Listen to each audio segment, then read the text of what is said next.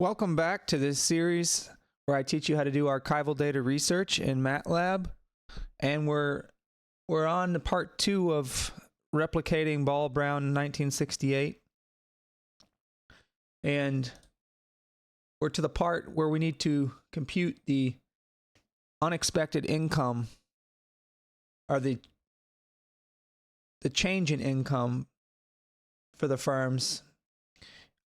But from that, we're going to compute the unexpected income here in equation 2. That'll be the difference between the actual change in income and the expected change in income. For the expected change in income, we have to estimate these two regression parameters for each firm J as of time period T, according to this regression equation number 1 here. So if we read this carefully, we're running a linear regression of the change in firm J's income on the change in the average income of all firms other than firm J in the market, using data up to the end of the previous year. So we use that sentence where the hats denote estimates. The expected income change for firm J in year T is then given by the regression prediction using the change in the average income for the market in year T. So we run this regression from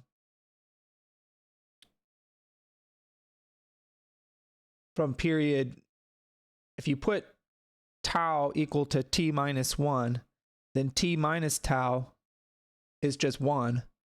So we run this regression for a given firm from the first year that we have data on it all the way up to period T minus tau, the end of the previous year. So when tau is 1, then T minus tau is the biggest it can be at T minus 1. And that gives us our estimates of these parameters. And then we put these parameters in period T with the actual average change in the market income, or the change in the average market income, to compute the expected change we would expect in period T for firm J's income. There should be a hat here. There should be a hat right above the eye here. It's missing. And then once we get this expected change, then we put that down here. Take the actual change for firm J in period T minus the expected change, and that's our abnormal or unexpected income. The portion of the actual income that we wouldn't already expect based on regressing over prior year's history. So we need to also use some pieces of information here in the paper, right? So we have income numbers for 20 years. Of course, our sample is 1970 through 1990, as we've said in the first video. We're using a 20-year sample time period, 21-year sample time period, just like they were. And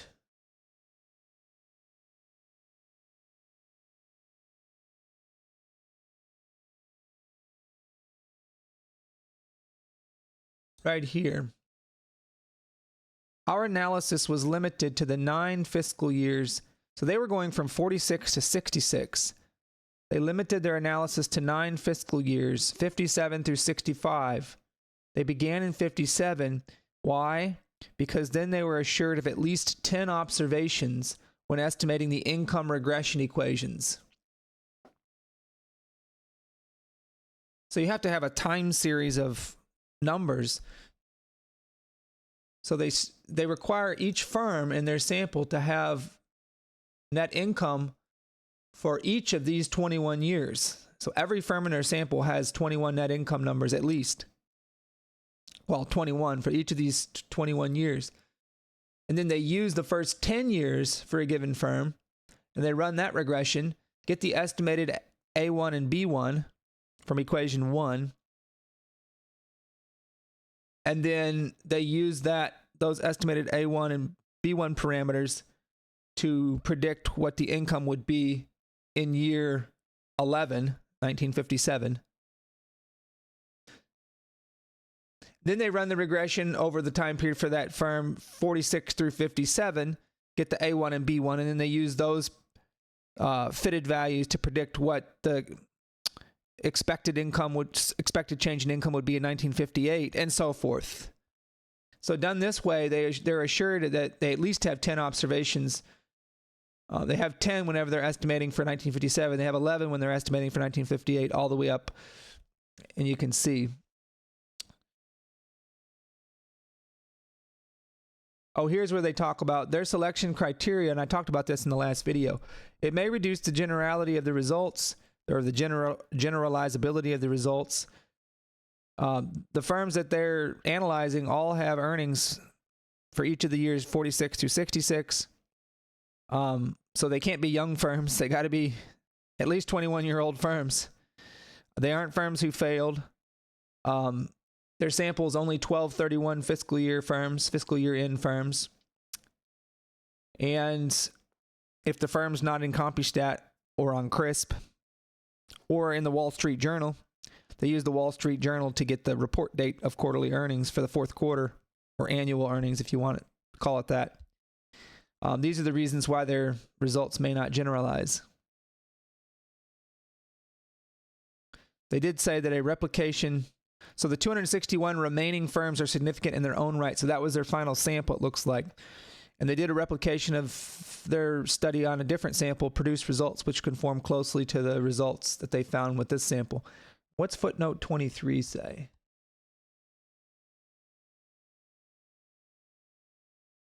Oh, okay. All right, so we need to be setting up the running of this regression equation right here to estimate these parameters. So before we can regress the change in income for firm J on the change in average income of all firms other than firm J in the market, we need to compute this change in income in Matlab and compute this change for the market in Matlab. So let's go back to our file here, and we had gotten through here. So let's go ahead and run all of this, get ourselves up to date. And then we'll go from here. So the next thing we're going to do here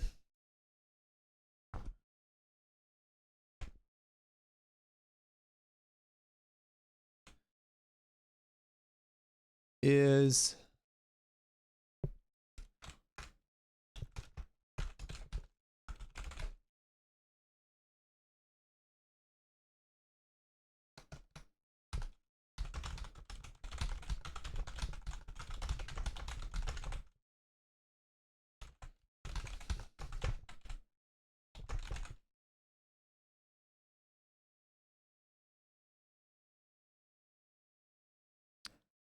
I can't remember how to get these comments to go all the way to the end of the line here.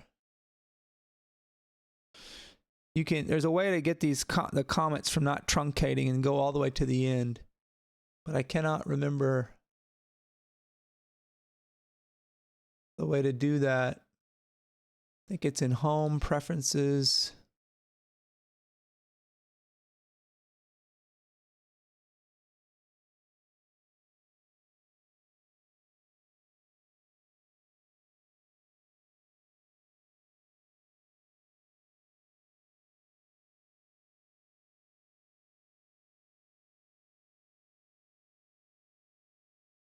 It's right in here somewhere.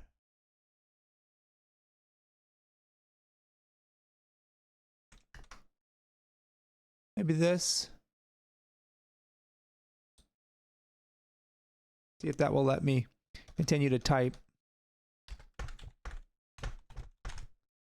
That wasn't it. It's in another place like this where you have to change the placement from 75 columns to 150 columns, but I don't remember exactly where.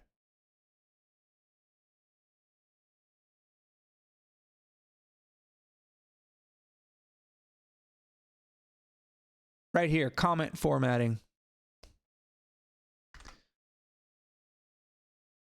That'll do it. Now it'll let me type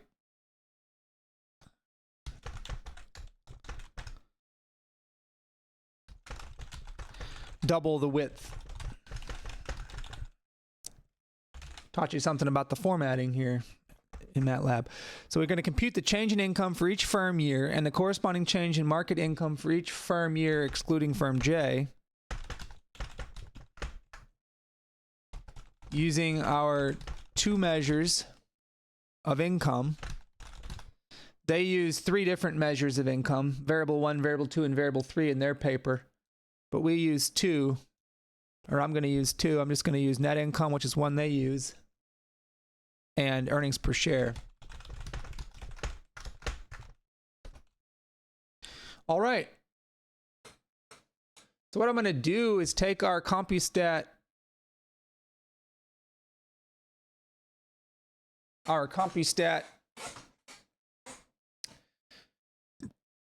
data here.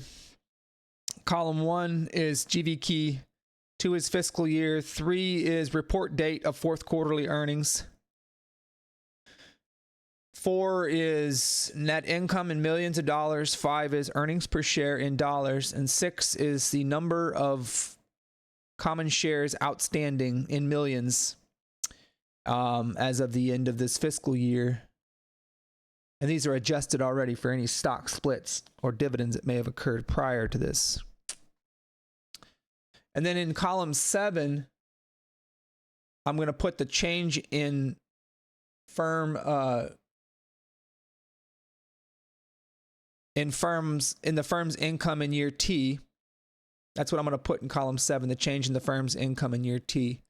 So the change in firm J's income in year T, although I'm going to call it firm I here instead of J. I'm going to use a different subscript. But same thing. Column 8 will go the change in the average net income of all firms other than firm J. So that will be this in column 8. And in column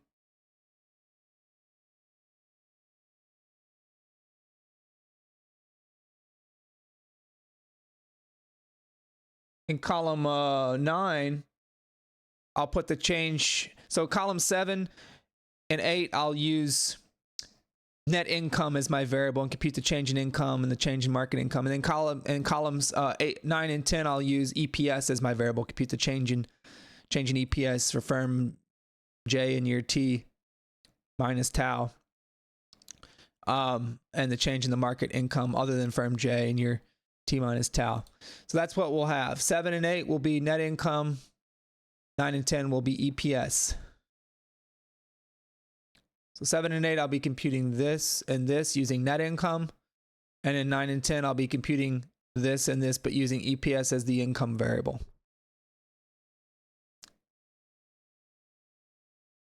Now, I've already, previously in this code, if you remember from last video, I'm already assured that each of these companies has data for all 20 years, 1971 through 1990, for all 20 years in the of the sample time period.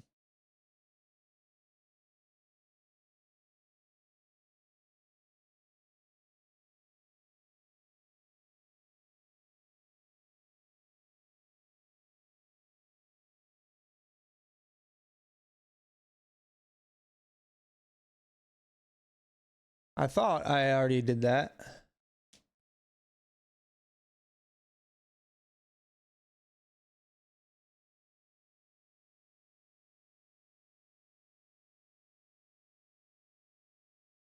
All right, yeah, I did. So let's do this.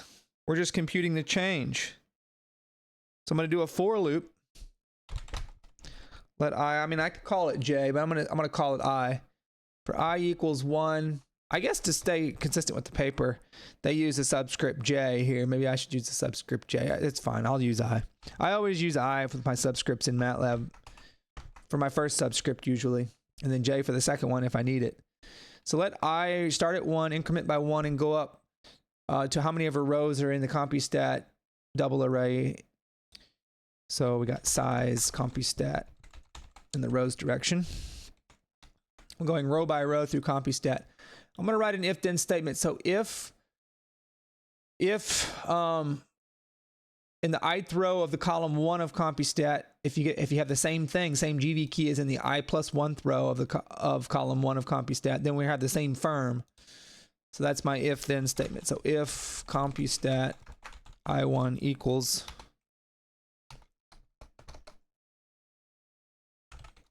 CompuStat I plus 1 1. So, and I already know that each firm has income observation. So we already know each firm has income observations for all the years. We've already done that. We already did that. Where did we do that?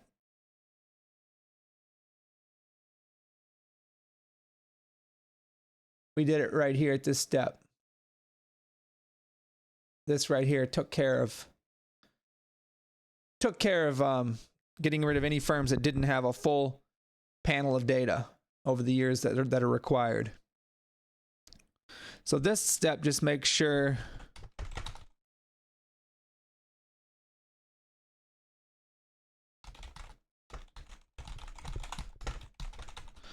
so if this is true, then let CompuStat row I plus 1 column 7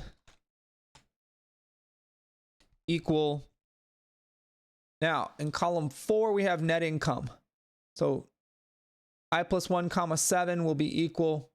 So if this equals this, then this is going to equal the difference between this and this. In other words, this minus this, because we know that it's the same firm, and we know this is 1 year prior to this. We know that because we've already made sure all these firms have data for the whole panel time period. So this number here should be the change in 1972, which would be the net income in 1972 minus the net income in 1971. So the change over 1972 would be that difference. We won't be able to get a change here because we don't have 1970s data. So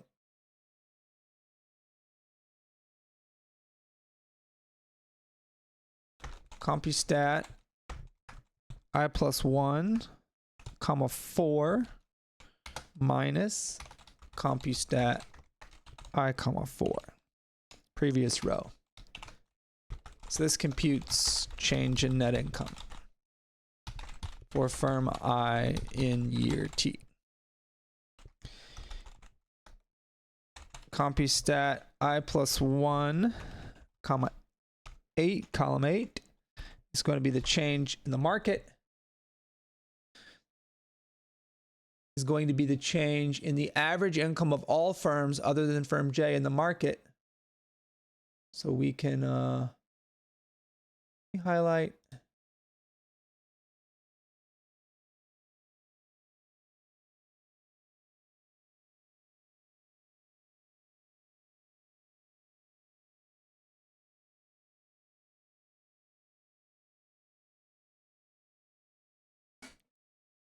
so in column, so right here will be the change for this firm 1045 here, this minus this. And then right here will be the change in the average income of all firms other than firm J in the market. So I want to get the average income in 1972 for all firms other than this firm. So get the mean of all the other firms' incomes in 1972, then get the mean of all the other firms' incomes in 1971, and subtract the latter from the former. And that'll be exactly what's highlighted here. So we want the mean of certain rows of CompuStat. So the mean of CompuStat, certain rows of CompuStat, column 4. But which rows? The rows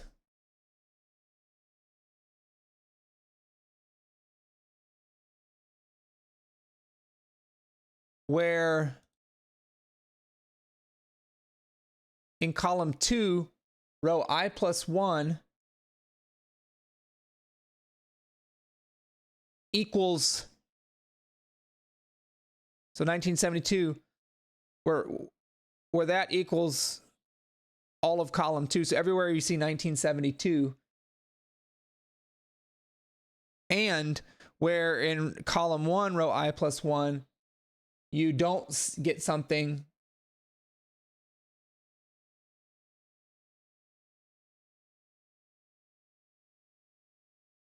trying to think here. I'm looking at my answer key and trying to explain this.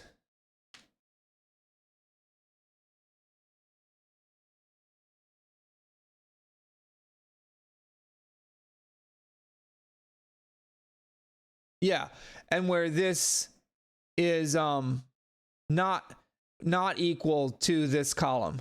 So it'll be all other firms other than this firm. So it's where CompuStat row I plus 1, comma 2 equals CompuStat all rows, comma 2, and where CompuStat row I plus 1, comma 1 is not equal to CompuStat all rows, column 1. It's these particular rows of CompuStat, column 4, that we want to compute the mean. And we can go and verify this is right.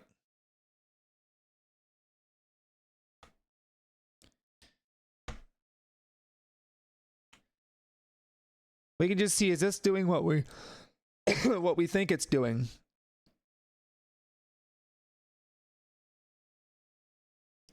We get this. So this is saying that the mean net income in 1972 for all the firms other than firm 1045 is 70.54 million. Is that true? Let's just use Excel. Let's use Microsoft Excel to just check and see if we get that same number in Excel. Because in Excel, we can quickly just filter. I believe we can do something like this. If we put year right here, then we can filter on year, filter out 1972, get every firm's net income except for 1045, except for that firm. So all these firms, and you take the average and you get 70.54304, which is exactly what we have here. So that's correct. Our code is right. So that's the mean. That's the change in average income of all firms in the market other than firm J in 1972. Then we want to subtract the average income of all the firms other than firm J in the market in 1971. So we want to subtract. And now I don't want my code to keep continuing over because it's so much. So if you don't want your code to keep continuing over, but you want it still to run, you want to go down to the next line, put 3 dots like this. Then you can go down to the next line and continue your code. So minus, and it's the same idea as this, except now we go to the previous row like this. And then we're going to put a semicolon, and this computes the change in the average income of all firms other than firm I in the market.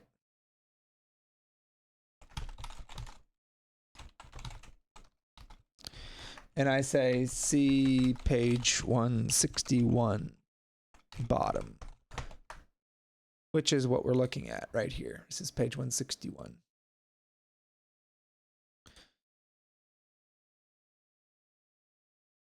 So in column 8 on row I plus 1, I want this. And so what is that? Whoops. I have to compute the mean in year T plus 1, or year 1972 if we're starting here. So right here I want the mean of all of the other firms other than this firm's net income numbers, which are in column 4 for 1972. So I write this code here. So it's certain rows of CompuStat. You know, it's this row. It's not this row. It's it's this number, the mean of that number, and this number. You see. So how do I get that? I just say. So it's these rows. This is a logical statement here. I'll copy in. So CompuStat, when I equals 1, we're trying to find where CompuStat row 2, column 2. So row 2, column 2, where 1972 equals all of that column, and where row 2, column 1, this is not equal to all of this column. So that number won't be picked because that is equal to that. But this number will be picked because in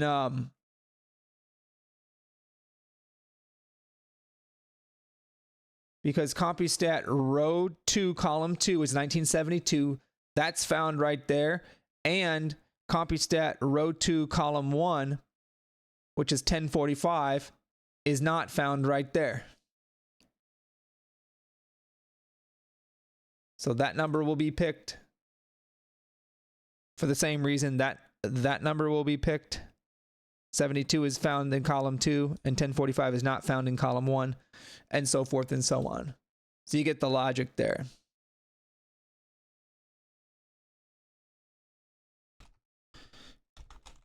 Now, that takes care of using income as our variable. What about net income? What about EPS?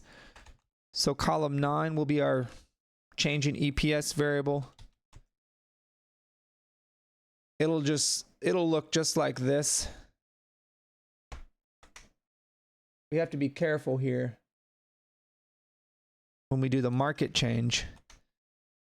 So EPS is found in column 5. So we should just change that there.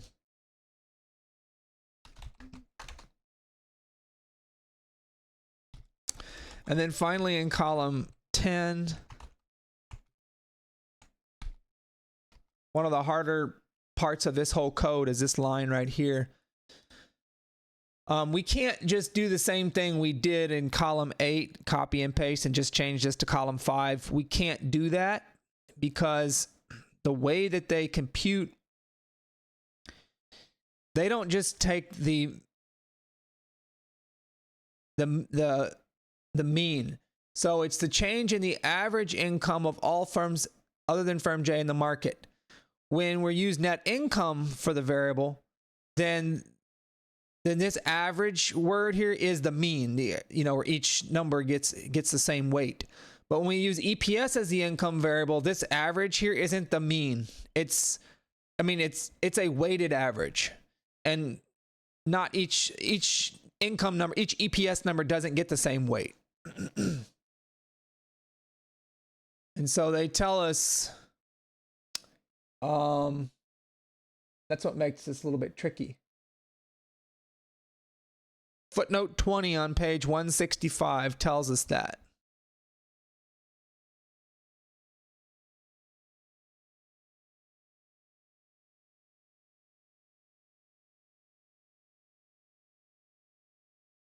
The market net income index was computed as the sample mean for each year. The market EPS index was computed as a weighted average over the sample members. The number of stocks outstanding, adjusted for stock splits and stock dividends, providing the weights. And that's why we have that variable in here. That's why we have that variable. When I downloaded the data originally, I have in column 6, these are the number of shares outstanding, the number of stocks outstanding adjusted for splits and dividends, because that's what's going to provide the weights. And we already know this last sentence here. So instead of computing the simple mean of net income of EPS in, let's say, 1972 for all firms other than the first firm, for example here, we have to compute the weighted average of EPS in 1972 for all firms other than this first firm, minus the weighted average of EPS in 1971 for all firms other than this first firm, where we use column 6 for the weights.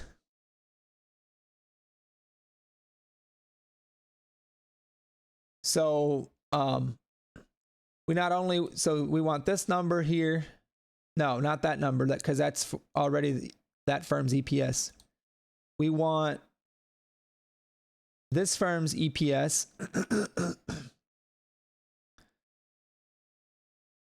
And the weight that will be applied to that number, though, in the average, will be that firm's shares outstanding divided by the total number of shares outstanding for all the firms in that year.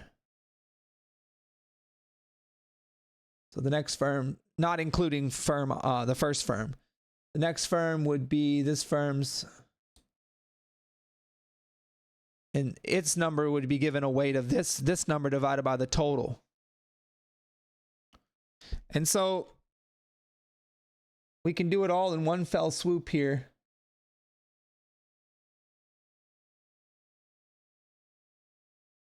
And it's hard to understand this code, but I'm going to let you take each piece and break it down, or we may do it. We'll see. So CompuStat, we're computing a weighted average. Let me show you something. So what if we took, I'm just going to create a vector of numbers 1, 2, 3, 4, 5. What if that's our set of numbers and we compute the weighted average of those numbers, and our weights are going to be 0.3, 0.2, 0.1. They have to add up to 1, obviously. And what do I have? How many do I have left? I've got 0.6 thus far. There's 0.4 left. And there's 2 numbers left, 0.2 and 0.2. Those weights, so the number 1 is given a weight of 0.3, the number 2 is given a weight of 0.2, the number 3 is given a weight of 0.1, the number 4 is given a weight of 0.2, and the number 5 is given a weight of 0.2. So those are our weights. Better call this something, call this A.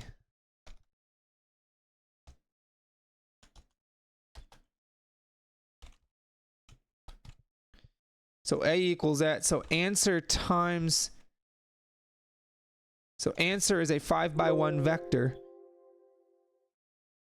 And the weight vector is a 5x1. So we need to turn answer into a 1x5, then multiply by this 5x1, and we'll get a 1x1 scalar. So answer transpose times A is the weighted average of answer with these as the weights, 2.8. So that's kind of what we're wanting to do here.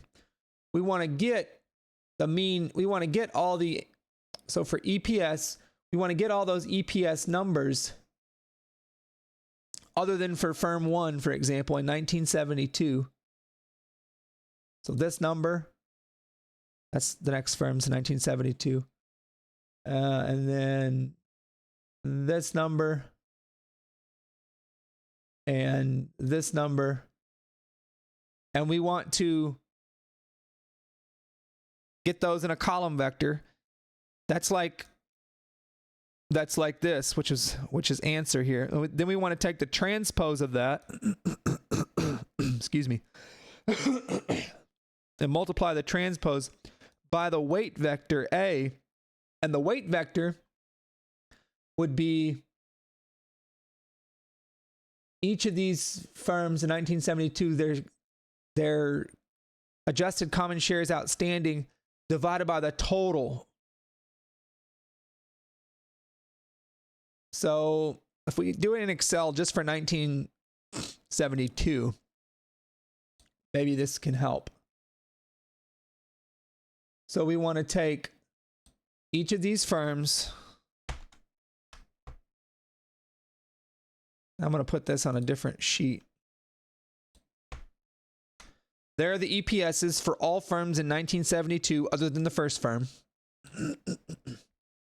Just so you can visualize this. And then we want we need to compute the weights, the weight vector. So here are the common shares outstanding of all the firms in 1972 other than the first firm. We'll put those here. And the weight, though, attached to this number is equal to this scaled by the sum of C2 through C, looks like 326.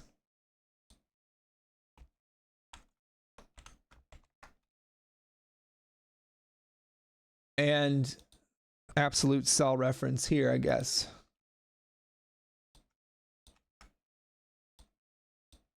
How do you do absolute cell references in Excel? Like this?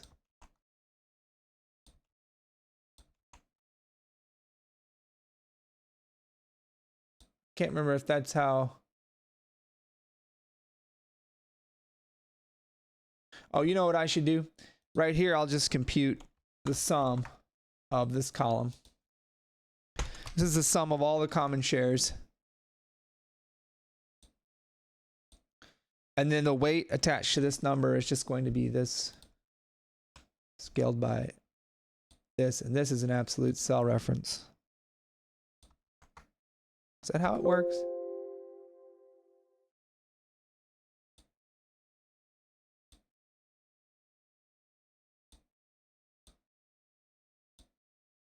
Yeah. And there's our weight vector. Each one of these numbers is that particular firm's shares outstanding divided by the total. So this is our weight vector. Here are the numbers we want to compute the weighted average of in column A. Column B is our weight vector based on common shares outstanding, which is exactly what it says here. The market EPS index was computed as a weighted EPS index was computed as a weighted average over the sample members, the number of stocks outstanding providing the weights. And so the market EPS average in 1972, excluding that first firm, would just be equal to, in other words,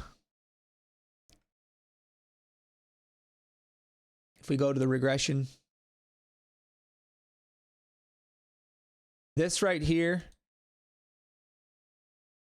this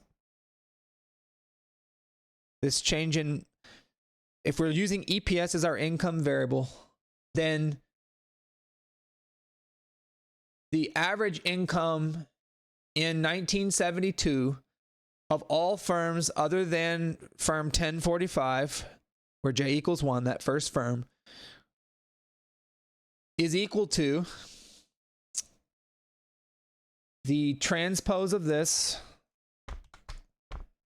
This is a 326 by 1 vector. So take its transpose. So the way in Excel to do that is you just, or is there a formula you can use to do it? I think you can. So all we have to do to take the weighted average is take the transpose of this vector multiplied by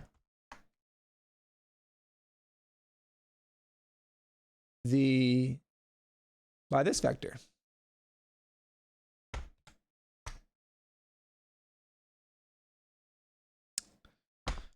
You should only get one number. A 326 row by 1 column vector transpose is a 1 row by 326 columns. Multiply that by a 326 row by 1 column and you get a 1 by 1 number. as the answer. So we're taking the transpose of column A multiplied by column B. You should get one number. I'm just trying to do it in Excel. Another way to do it, if you want to just brute force it. See, Matlab is good for doing this because you can do these matrix operations. In other words, when you do the dot product of two vectors, it's element-wise multiplication. It's the sum of the element-wise products, right? So if we just multiply each of these together,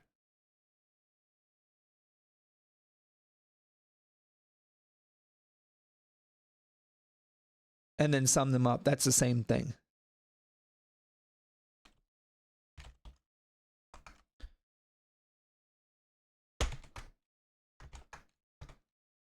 So 3.527273 is the average EPS of all firms in the market in 1972 other than firm 1. So that's our check figure. So whatever we program, that's what we should get. So here I'm just going to do it. CompuStat. We want certain rows of CompuStat to be averaged where I plus 1 column 2 equals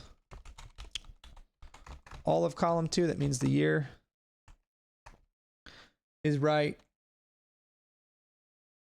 And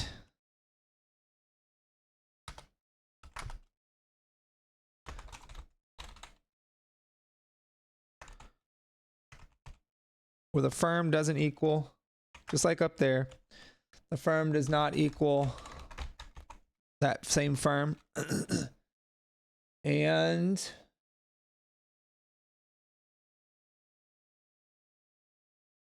so those rows, column 5, that gets all the EPSs in 1972 other than that particular ith firm. We want to take those, we want to take the transpose. So this right here is all of this.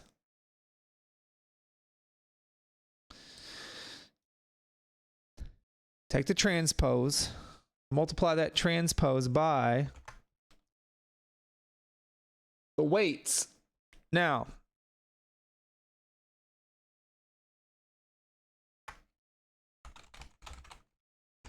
the weights, CompuStat rows or I plus 1, column 2,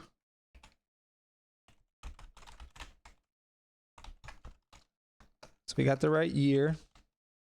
Column 2 is the year. And where the firm doesn't equal,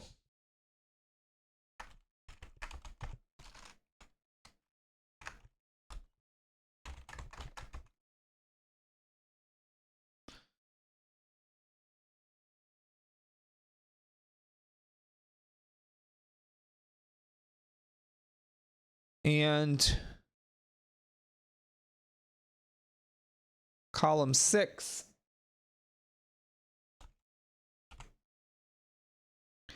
and then we want to divide that. So this right here is all of these, but then we want to divide that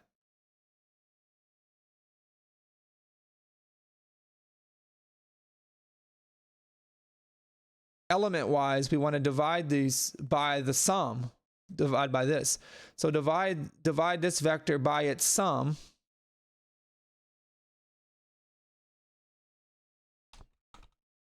So by the sum of all of this.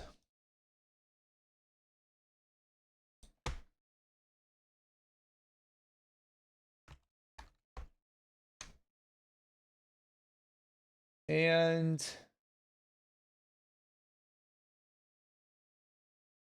yeah, we take, that's it. That's the first piece. And that'll get the average market EPS in year T minus tau, or 1972, if we're going to start the first one, of all the firms other than firm J. We want to subtract that same thing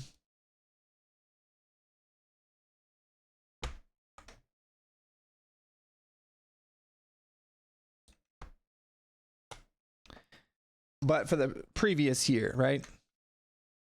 So all we have to do is change this to I. Change all the I plus ones to I.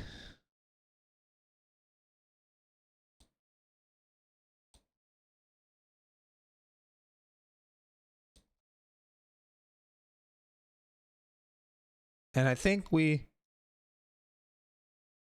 then put a semicolon at the end.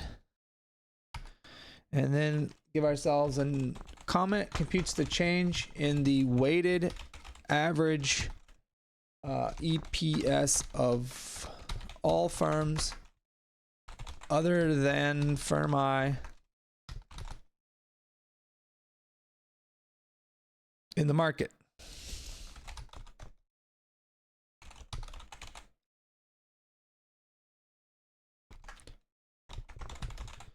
Note that I am following footnote 20 on page 165 to compute the weights. And then before we run all this code, let's just run this piece right here and just do a quick check. What should we get for this piece whenever I equals 1?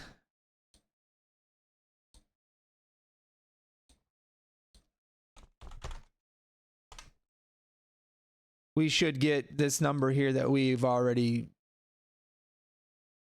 gotten in Excel, 3.527273. That's the average market EPS, the weighted average market EPS in 1972 of all firms other than that first firm with GV key 1045, where the weights are chosen based on common shares in proportion to common shares outstanding. So we should be getting that if this code is right. We're just checking for this first one. And this is the way I do it in Matlab when I have a long, complicated sort of code here.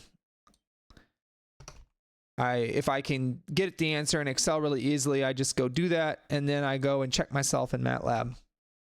Make sure I get the same thing. I don't always do that because I can visualize things, but it's a good rule of thumb to do that. 3.52727. Exactly the same thing.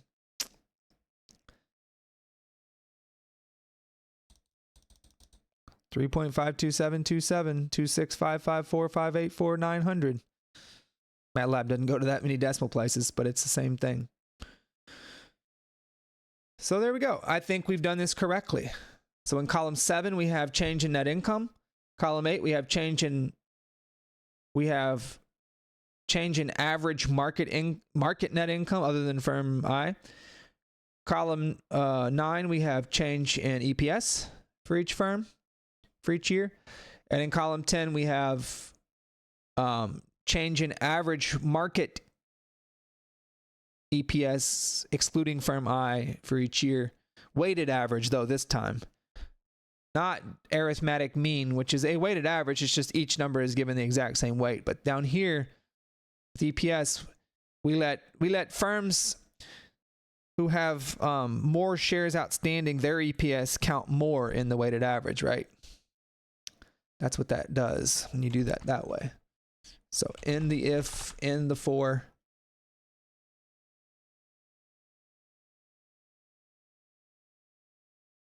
Now, what this is going to do is it for each first year for a given firm, like right here, these numbers are all going to be 0 because we didn't define what those equal, right? It's CompuStat row I plus 1.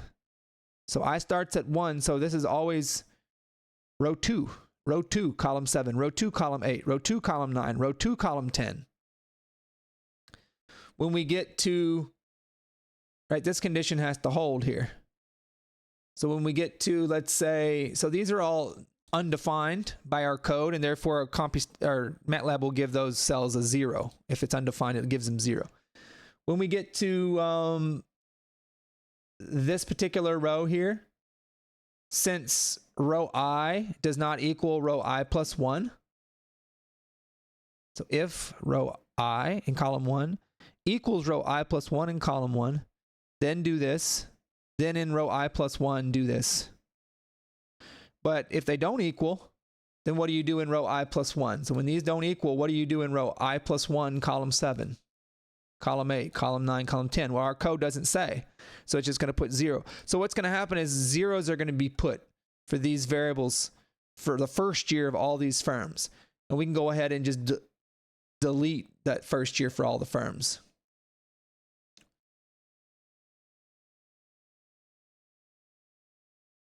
Let's run this, because we can't compute the change in the first year.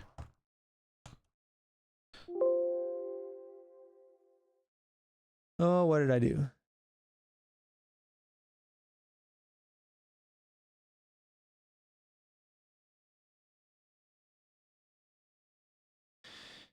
Oh, index must not. Oh, I shouldn't have gone all the way up. I should have subtracted 1 here, because we're telling, our code is saying put these things in row I plus 1. So we can only increment up to the size of CompuStat minus 1. We can only increment up.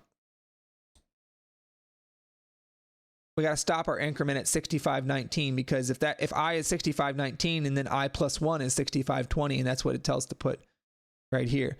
But whenever I is 6520, if we go I plus 1, it says in row 6521 of CompuStat. Well, CompuStat does not have 6521 rows. So we should have said minus 1 here. We can just do this again and we shouldn't get an error. I mean, it's already completed, but we'll just do it this way again and we won't get an error. And it filled in everything we needed. Notice the first year for every firm, column 7, 8, 9, and 10 are 0. But now we should have our variables. We have our change in net income. We can check that that number is this minus this. Change in average market income. We would have to verify that number there.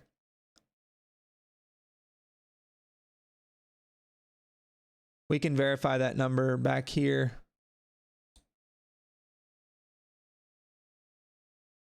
So 72, other than first firm, here are the market incomes, market net incomes.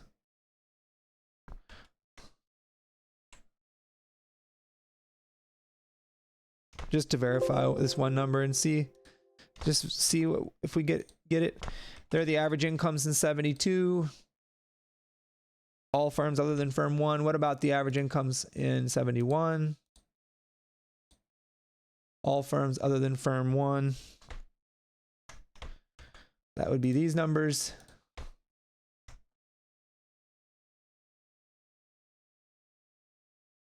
So we need the average of the 72 numbers minus the average of the 71 numbers.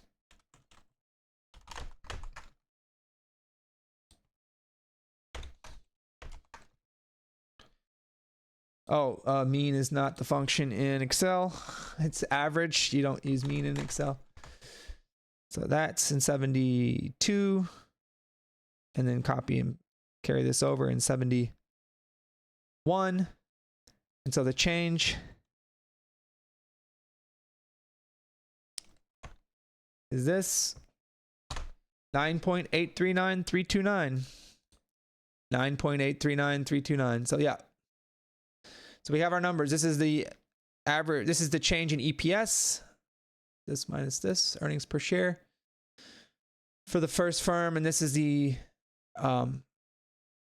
change in the weighted average market EPS of all firms other than firm 1.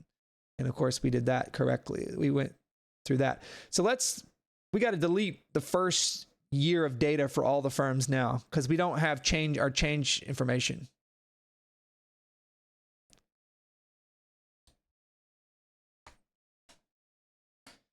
So the way I'm going to do that is I'm just going to try to think. there's a quick way to do it. We can say compustat.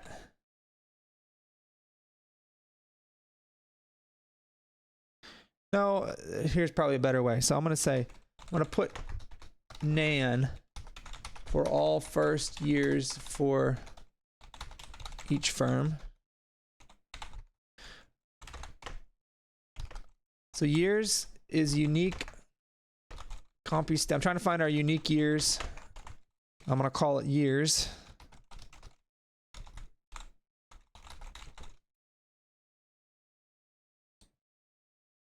At this point, we should have 71 all the way up through 90. And then for I equals 1, increment by 1 all the way up to the size of compustat in the row's direction divided by the size of years in the row's direction.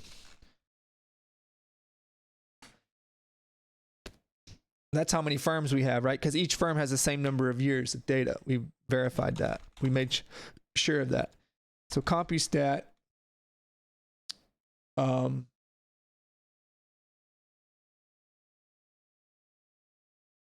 every 21st row, right? If we look at compustat, row 1 needs to be set to nan. Row 21, every 20th row needs to be set to nan. So compustat, if we do size years 1, which is 20, times I, minus size years 1, plus 1, all columns, set equal to nan. So this is 20, and this is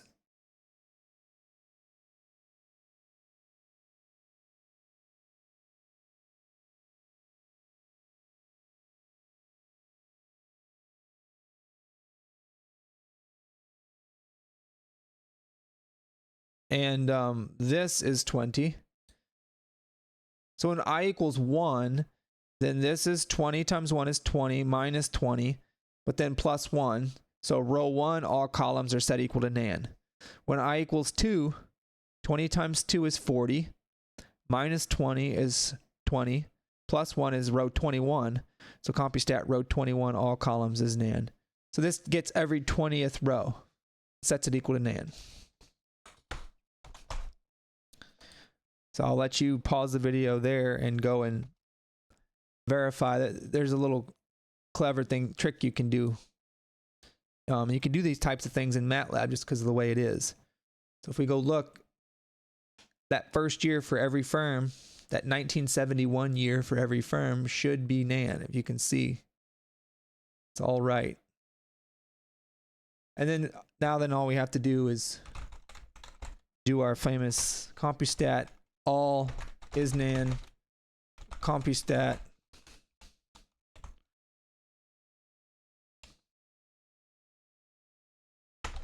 set equal to 0, or set equal to empty.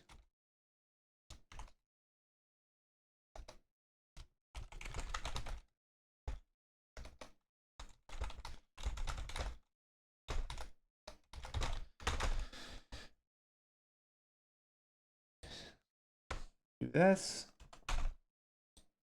And now all those rows that had all nan in them are gone.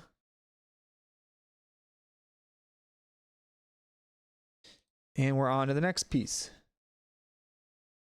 Now let's only keep the variables that we need going forward. So we need GV key, fiscal year, report date of annual earnings or fourth quarter earnings.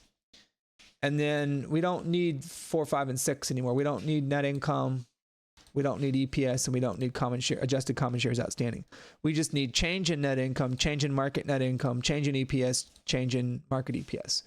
So 1 through 3 and 7 through 10 are what we need. So we can do compustat all rows, or I guess a quick way to do this is, so we don't need 4, 5, and 6 anymore. So all rows, columns 4 through 6, just delete.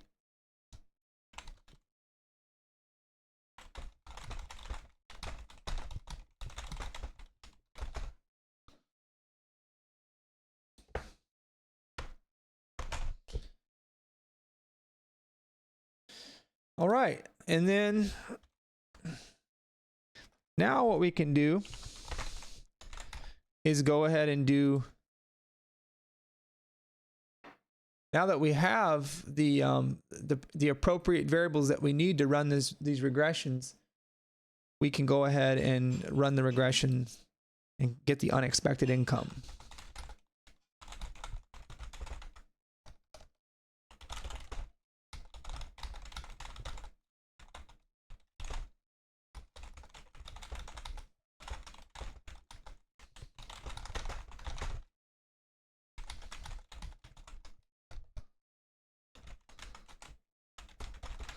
We got to run the regression, get the coefficient estimates for a given firm year, put those back in to run the regression, get the expected coefficients, compute this right here to get the expected change in income. There should be a hat right here above this, like I've said already. That's a typo in this publication. I don't know why that was ended up in the final draft, but it's a typo.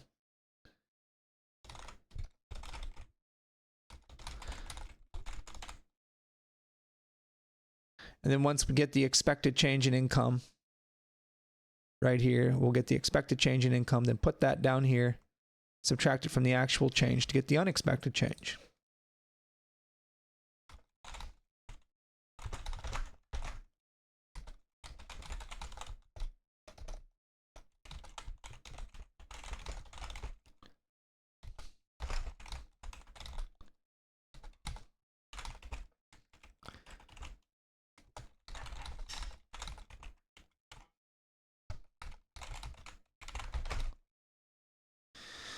All right, at this point, I'm going to show you how to, the reason I made a live script file instead of a regular script file is because I want to be able to input equations into this file using LaTeX. And so I'm going to show you how to do that in Matlab when you're in a live script file. Just come up here to insert, equation, LaTeX equation. The shortcut is Control-Shift-L. So I can push Control-Shift-L. And let's put it, yeah. Let's go ahead and enter our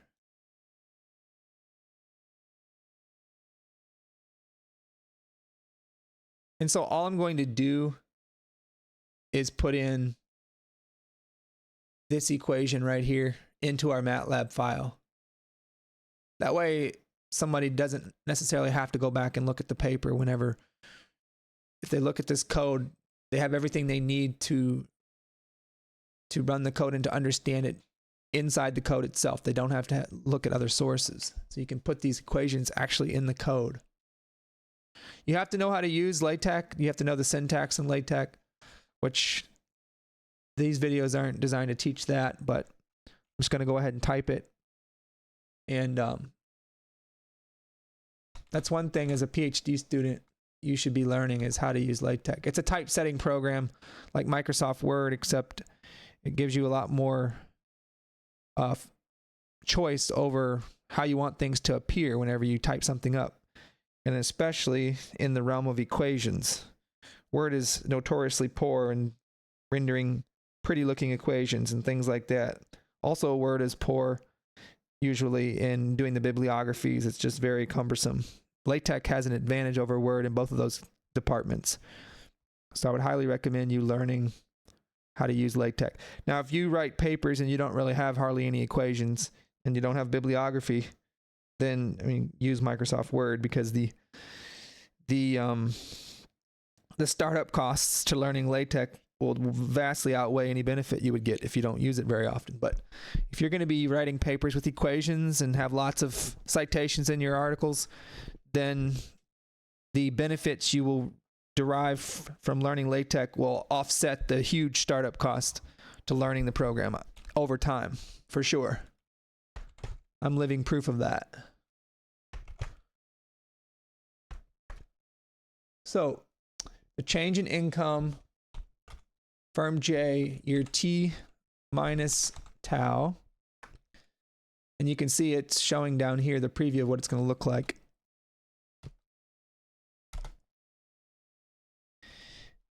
I'm just typing equation 1 right now. This whole equation I'm typing right now.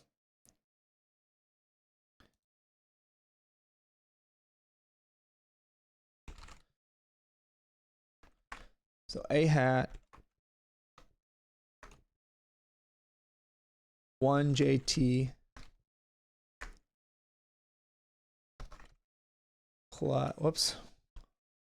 plus A hat, I think they call the second one, they don't call it A and B, they call A1 and A2, 2JT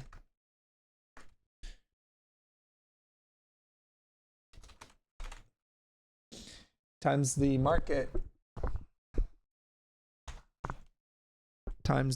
delta M underscore J T minus tau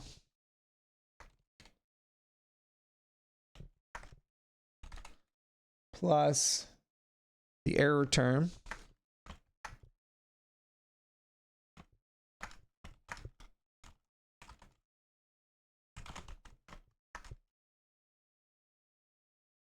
and then I believe there's some spaces, right? There's some spaces, and then we have tau ranging from 1 all the way to T minus 1. So let's put in some spaces.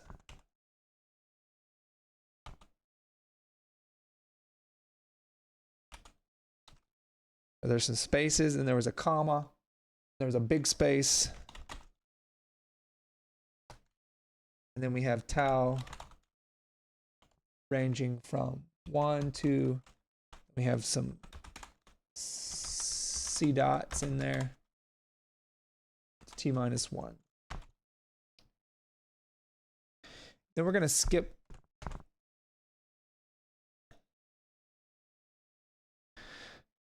and then we got to put in where the hats denote estimates and things like that. So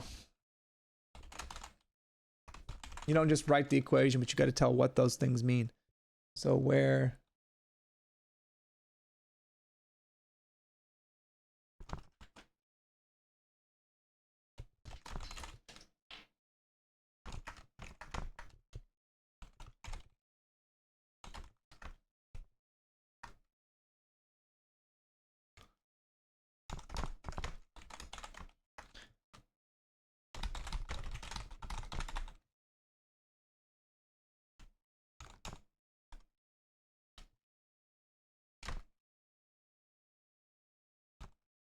whoops.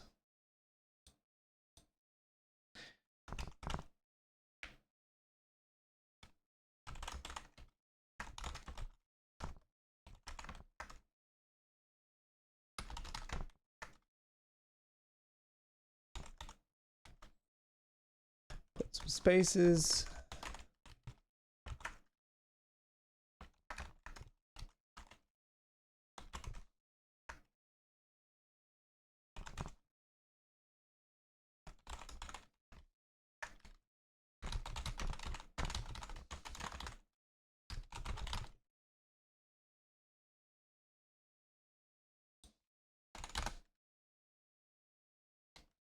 Is the change in the average income of all firms other than firm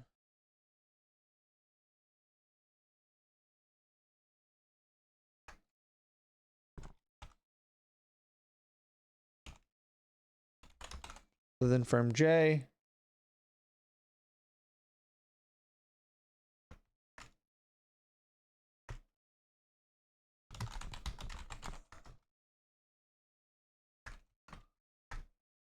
All right, I believe that does it.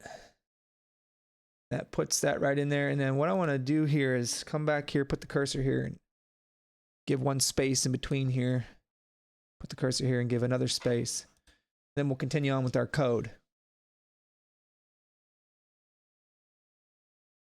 Now, when I do this later in the video, when I put these LaTeX equations in here, I'll just copy and paste from my answer key. I won't spend the time to type it in the video. Just so you know. All right, so we're going to let m equal 10.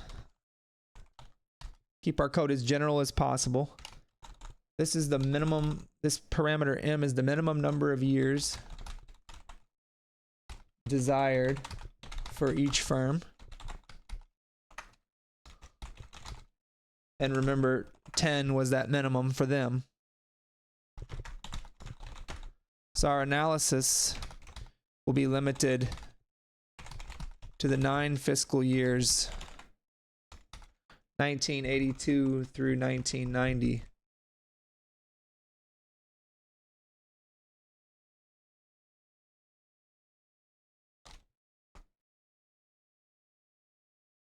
All right, let's set up our unexpected earnings. We're going to compute unexpected earnings now. So UE is what I'll call it. I'm going to go ahead and set up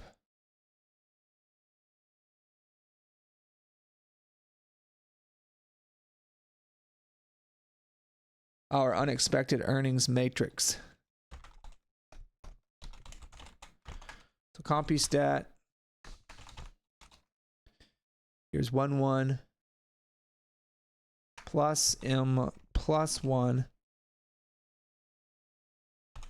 Find where that's.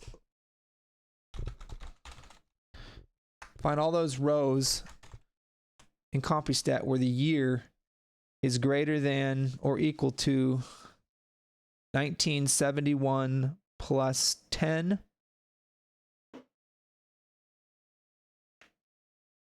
Which is 1981, plus 1, which is 1982. And then columns 1 through 3.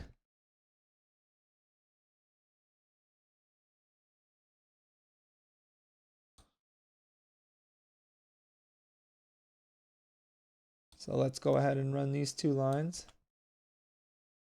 So our unexpected earnings matrix.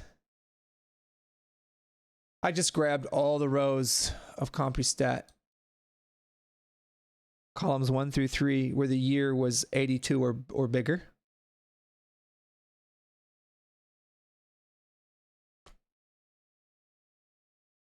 All right, and then in column 4 of our unexpected earnings matrix, we're going to put our unexpected net income, and in column 5, we're going to put our unexpected EPS, our two measures of income.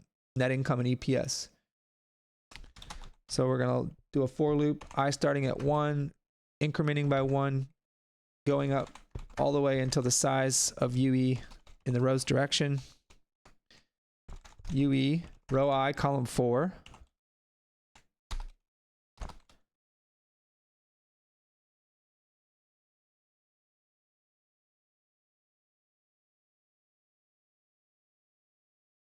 Is going to be the actual.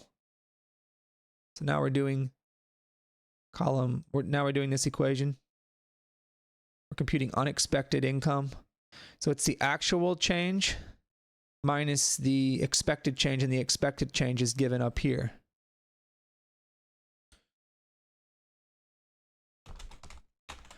So CompuStat, which row, find where UE, row I1, equals CompuStat, all rows 1, and where UE I2 equals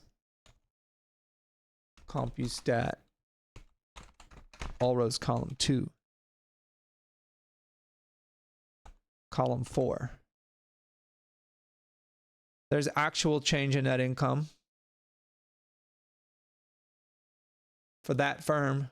So we're finding where this equals column 1, and where this equals column 2, and we're finding, so like that would be right here on this row, and we're getting that number right there.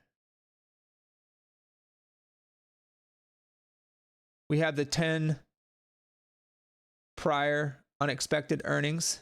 1, 2, 3, 4, 5, 6, 7, 8, 9, 10, just like they said. We're regressing the 10 prior unexpected earnings on the 10 prior these are the change in earnings, the 10 prior changes in earnings on the 10 prior changes in market. Just like the regression equation does. And so in year 82 is the first year we can find the unexpected earnings for this firm.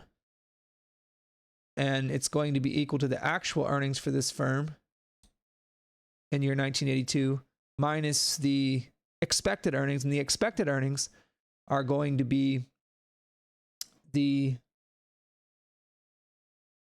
regress this on this, estimate the intercept and slope, A1 and A2, and then plug the actual market change in 82 into that to get the expectation right here. And that gives you the expectation, and then you subtract that expectation from the actual. So this is actual right here.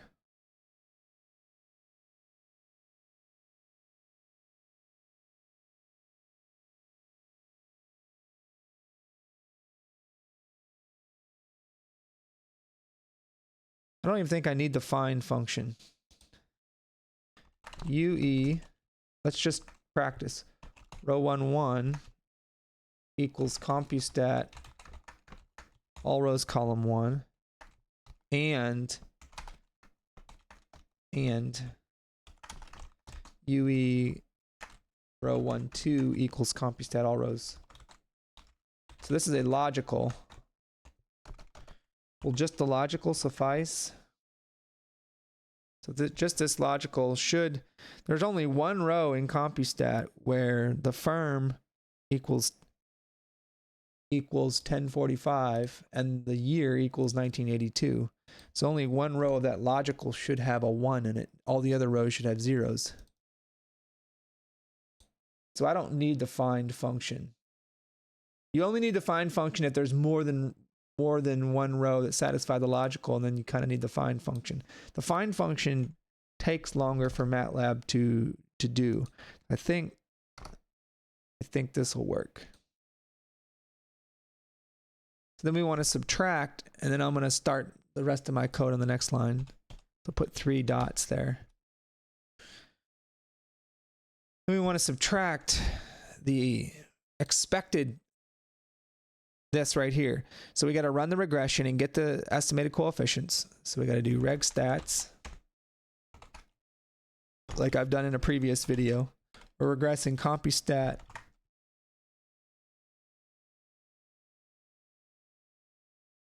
now we do need the find function.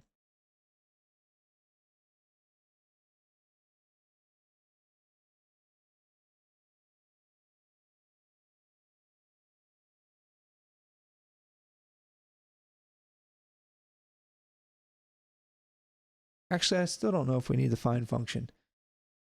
Compustat where UE row I column 1 equals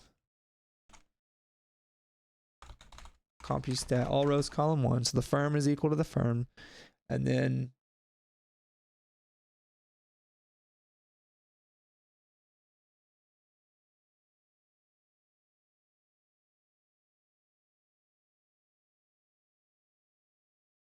we go back here to our compustat. We want to find where this equals that, but we only want to regress these first 10.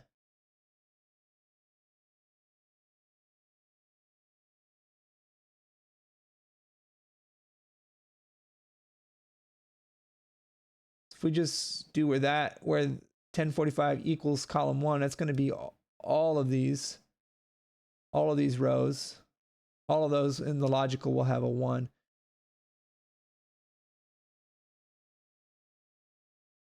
So we want 1045 to equal column 1 and the year to be less than or equal to, no, not less than or equal to, and the year to be less than whatever this year is. Oh, I see.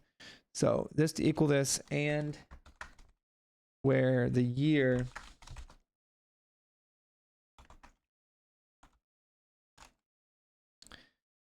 is 1982 is greater than compustat all rows column 2.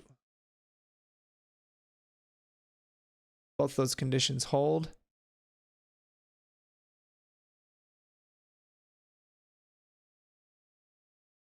Column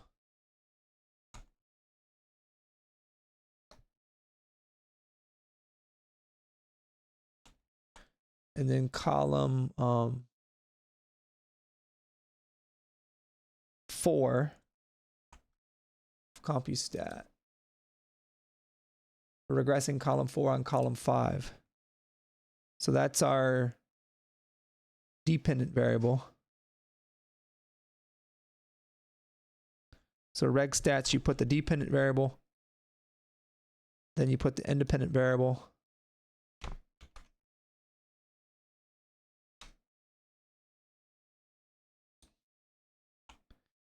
And then you tell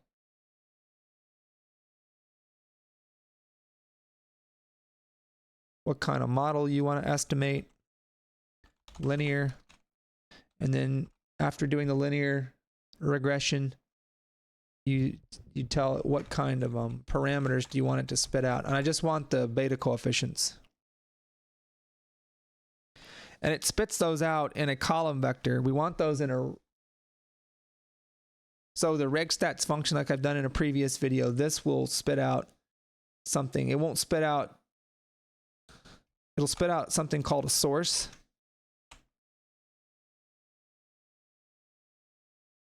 Like it'll spit out something that looks... I don't want to do that.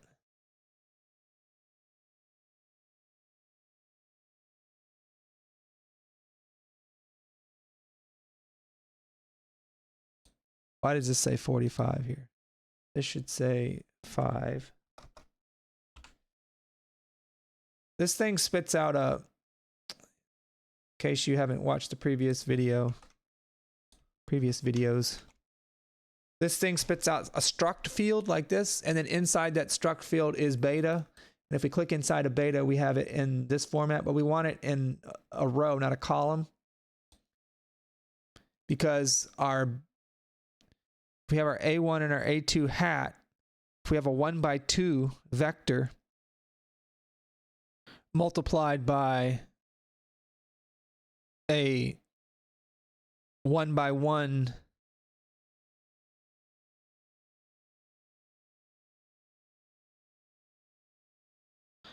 this is just a 1/1, it's just the market change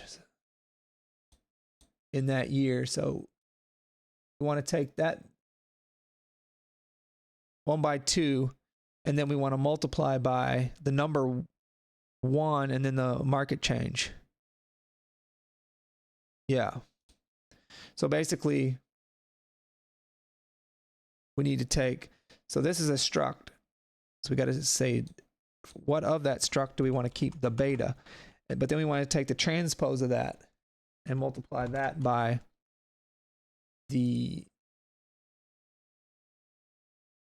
so we're regressing this on this, getting the coefficients, the two coefficients, and we are multiplying those coefficients by the number 1 and by the actual market value in 1982.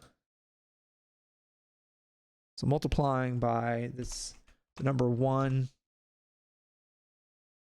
We're going to do a 1 by 2 times a 2 by 1, which will give a 1 by 1 number. Expected income, this right here, or this, should just be a 1 by 1 scalar, a number. The way to get that is you multiply the 1 by 2 vector of beta coefficients, the A1 and the A2 hats, by a 2 by 1 vector, where 1 in the first component and then the other component will be this. So it's A1 hat times the number 1 plus A2 hat times the market. So the market has to be right here. The actual market value, CompuStat. We know it's column 5 and it's row. And it's where UE I1 equals CompuStat all rows column 1, and where UE I2 equals CompuStat all rows column 2. I believe. Right? Because when we're on row 1 of UE, it's where this equals and then this equals. That only happens in one place, right on row 11. So row 11, column 5. So this is row 11 right here. This is row 11 of CompuStat, column 5, whenever I equals 1, and so forth. So that should compute unexpected net income. And then for unexpected EPS, it's the same exact thing, except we just have to change column numbers. So all we have to do is copy and paste down here and just change the column numbers.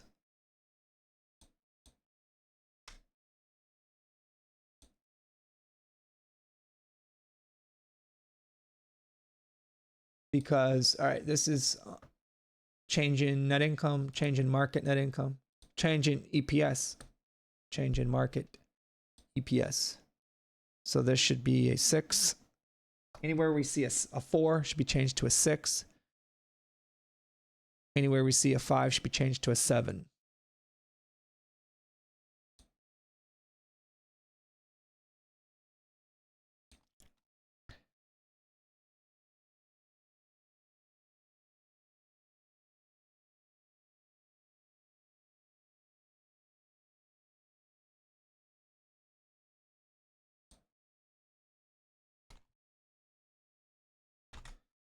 Should be good to go.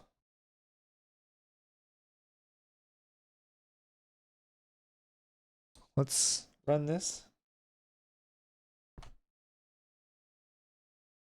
So we have our unexpected income,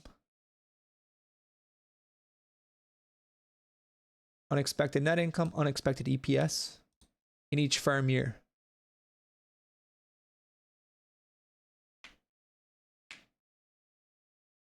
Now let's go ahead in our years vector, set rows 1 through m plus 1 equal to nan, because our sample now is only going from 82 to 90. Just like they said, their sample only goes from 57 to 65, those 9 fiscal years. Our sample we're only looking at is from 82 to 90. We can only compute unexpected net income or unexpected EPS, or unexpected income numbers. We can only compute those starting in 1982, because we require the firms to have 10 prior observations on income to be able to run those regressions. So you lose a lot of data here. So years, row 1 through m plus 1. M is 10. So m plus 1 is 11. So rows 1 through 11 get deleted, and we're only left with rows 12 through, so 82 through 1990. That's what this is. We're going to set that equal to nan, like this. I can just delete these. I don't even know why I'm setting them equal to nan. Just delete them like this. I was going to set them equal to nan and then delete them, but that's 2 steps. We can do it in 1 step.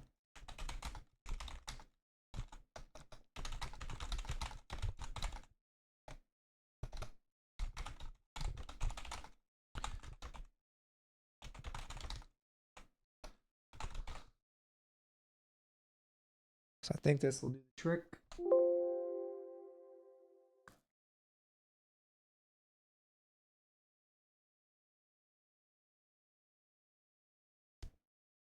For some reason, it's not liking that, so I guess I will have to do it in 2 steps. So set it nan, like this. And then delete all rows which have a nan value in them.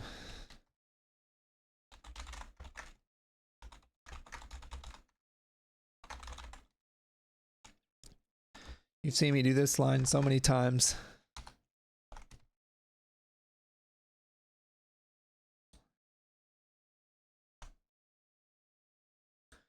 And we're just left with those 9 fiscal years. All right, and then let's, for the last thing in this video, let's go ahead. We can actually replicate table 3 right now, which is the time distribution of earnings announcement dates. And that table's on page 167 in the paper. So if you look at page 167, table 3, in their sample, this is the time distribution of announcement dates. Here are the fiscal years in their final sample of unexpected income. So 1957, by February 7th, 25% of the firms had announced their 1957 fiscal year net income by February 7th of 1958, as you can see down here. By February 25th of 1958, 50% of the firms had announced, and by March 10th of 1958, 75% of the firms had announced. So we're going to do this same table for our data. So we need this column here, the percent of firms. I'm going to go ahead and get those cutoffs. I'll let P equal a row vector 25, 50, 75. These are the percentage cutoffs.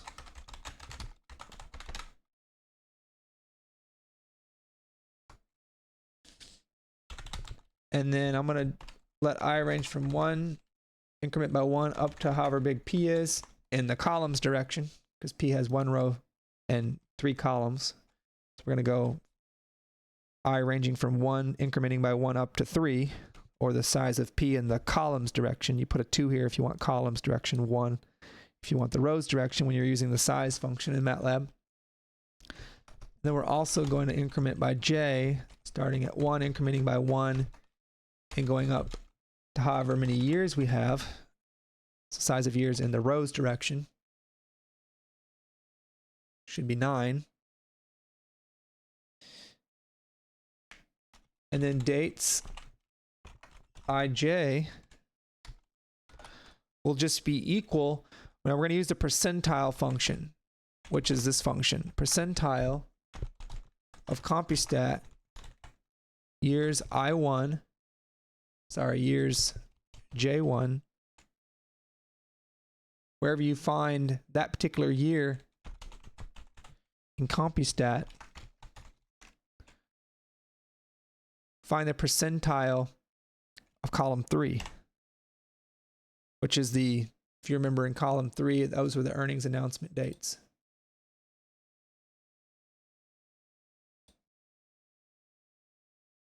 We're finding the percentile. What percentile? The ith so when I equals 1, we're finding the 25th percentile. When I equals 2, we're finding the 50th percentile. When I equals 3, we're finding the 75th percentile. Because we're incrementing here by I. P1, row 1, column I. But in general, the percentile function in Matlab just has 2 arguments. The first argument is, like, if we wanted the percentiles, all rows, let's say column 4, which was the unexpected, or which was the change in net income. If we want the percentile, if we want the 50th percentile, that's the syntax. 50% of the observations in column 4 are less than or equal to that number, and the other all the other observations are greater than that number. That's how you do it. That's our syntax. The way I did it this way is I've created a little a dates matrix where in row I, column J, I'm basically getting these dates. I'm creating this part of the matrix.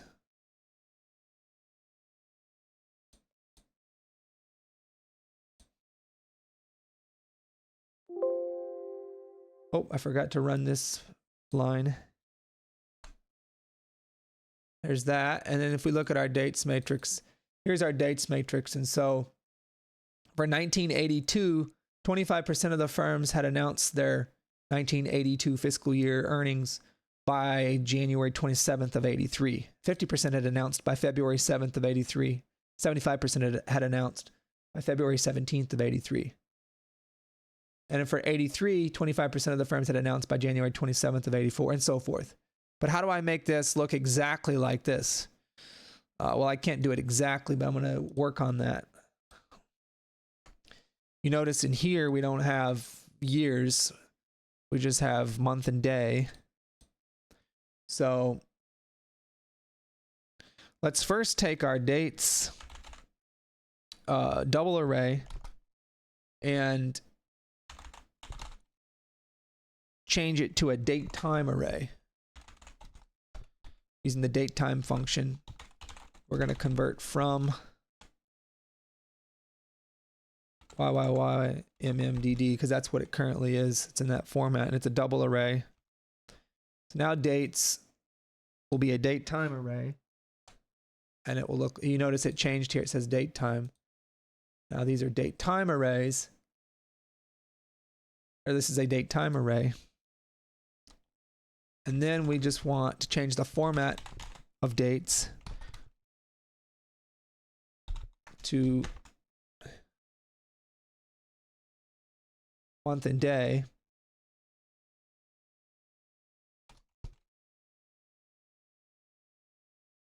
This changes the display.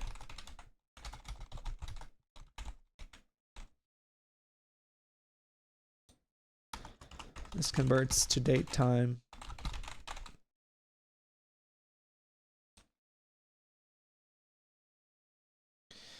So now dates looks like this. Now it's starting to look like this. And then I'm going to call this table underscore 3. It's going to be a table which has,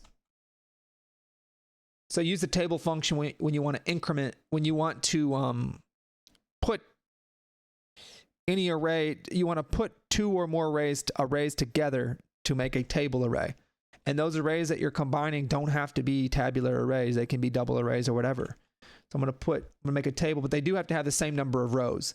So P has 1 row, 3 columns. I'm going to take P transpose, so it has 3 rows, 1 column. And then I'm going to combine that with dates, which has 3 rows and 9 columns, and make one table. Excuse me. So table 3 is starting to look. Table 3. Now we have column headers, but we just have variable 1 and dates as our column headers. See, it's starting to look like this. And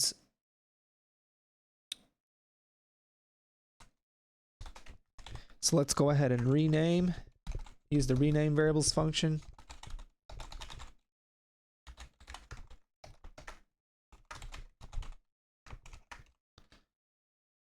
We're going to rename var1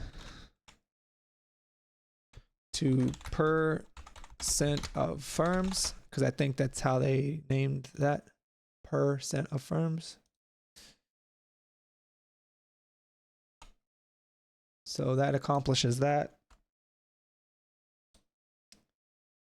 And then we want to take the dates.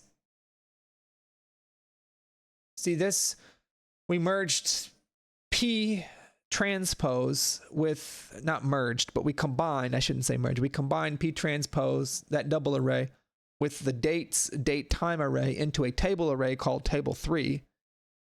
And the dates, since it had 9 columns, it just gives one variable name for all 9 columns. But we want to split the variables. We want to split these 9 columns to have each their own column names 1983 in our case, 84, all the way up to 1990 is what we want.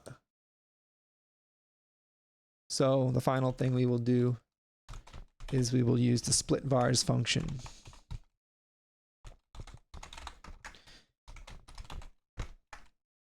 And we will split dates. And then we want new variable names, that argument. And then the new variable names, and I'm just going to copy and paste for my answer because it takes too long to type it, but the new variable names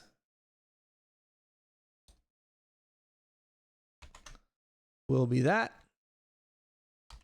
And then you're going to want to compare this to table 3 in the paper, because this is our final table 3. And then we can look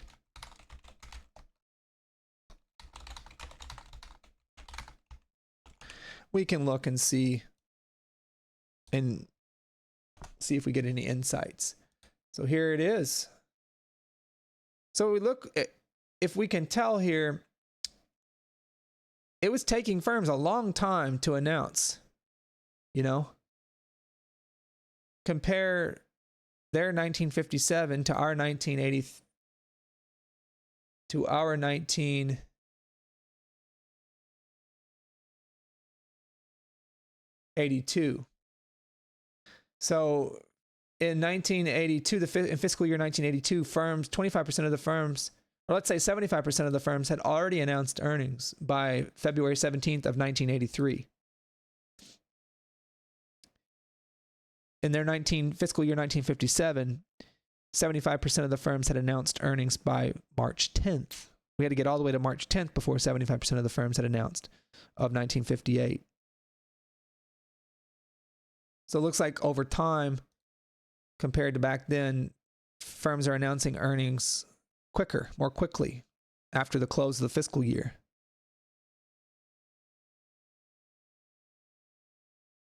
I mean, these numbers though look similar to their numbers, so I guess there's not really any these numbers here are slightly quicker, not many days quicker, more quickly. But I don't know what else you can derive from this, but this is table 3.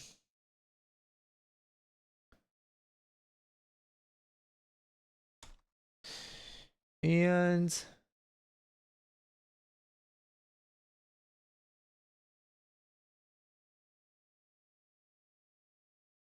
I think I'm going to stop right there for this video. So in this video, we went in, we computed, I'm going to go ahead and save what I have. We computed the, we used equation 1 and equation 2 in the paper. We computed the change in earnings, and then we used that to compute the expected change in earnings. And then we use that so we can compute the unexpected change in earnings for each firm year. And we also replicated table 3 in the paper, which are the earnings announcement dates, the distribution of announcement dates. So that's what we did in this paper and in this video. And in the next video, I'm going to show you how to do the compute the unexpected market reaction to this unexpected income. So that's what we'll do in the next video. We'll go in here and we will work on this part right here, the market's reaction, and we'll go and try to replicate, go ahead and get the unexpected returns, the abnormal returns basically. And then once we do that, we'll probably do a final video where we take the data that we've generated and we go and replicate this figure right here. So I hope you enjoyed this video, and I will see you on the next one.